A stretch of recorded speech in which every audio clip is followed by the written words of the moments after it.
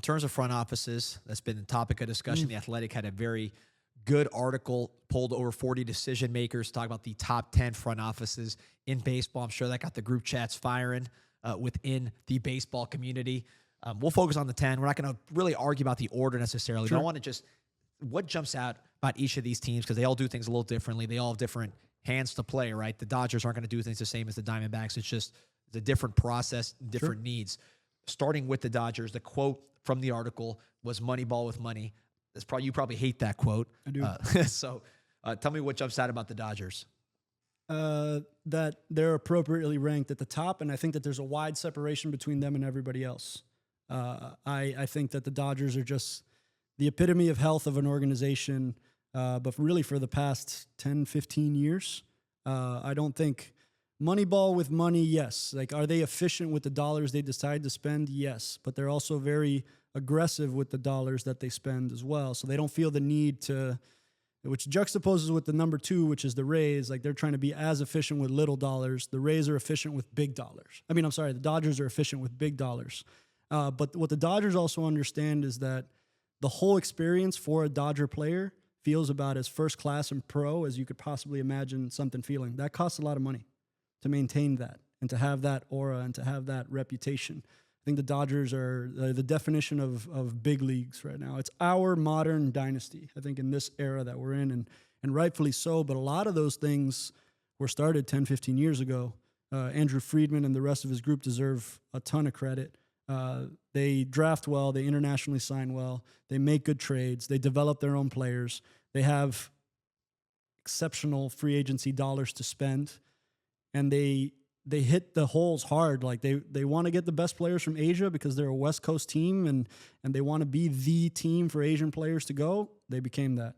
They got Mookie Betts as a premier player in baseball. I think he was the first player that was identified as like, okay, we're going to build around Mookie Betts here, and that has turned out to be an exceptional decision. I think he got rated or ranked as the teammate you'd most like to play with, number 1 in the league, the players poll.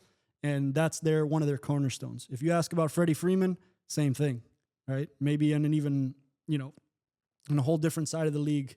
Both championship players, right? Both championship players before they even got here, as well as champions here. So it's an embarrassment of riches, but they don't just get there because they have money.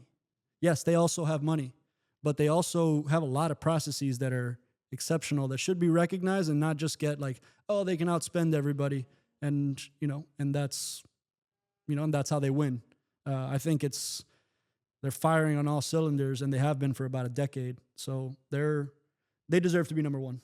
And you, as someone you got to scout the other front office, yep. Right? So you're in a draft room, or you're competing for a player, and you got to know, hey, that's a Dodgers type player, or that's not a Dodgers type player, right? When you're trying to project and get your own situation resolved. What is a Dodgers type player from that standpoint? Like a guy they're more likely to target? I think the Dodgers are smart enough to know that they have to be fluid with that model and nimble to the times. So I think if they identified something as being the trend in 2007, you can rest assured that they've researched that to make sure it's still the trend today in 2025. So I think they do a really good job of staying contemporary through research and development, through all sorts of different methods, but also blend that with a way of having those things, these new wave things, be palatable to their players and to their not only to their major league players, but throughout their whole system. It feels like there's a high degree of cohesion across the organization, and they appreciate that different profiles can contribute in different ways. So we talked about all these offensive players that are contributing, but somebody like Miguel Rojas can be a defensive specialist and have very much a established, important role in this World Series club. So they appreciate the more, let's call them old school baseball things that get appreciated, as well as these new, kind of tip of the spear type of philosophies. They got it. They got that thing.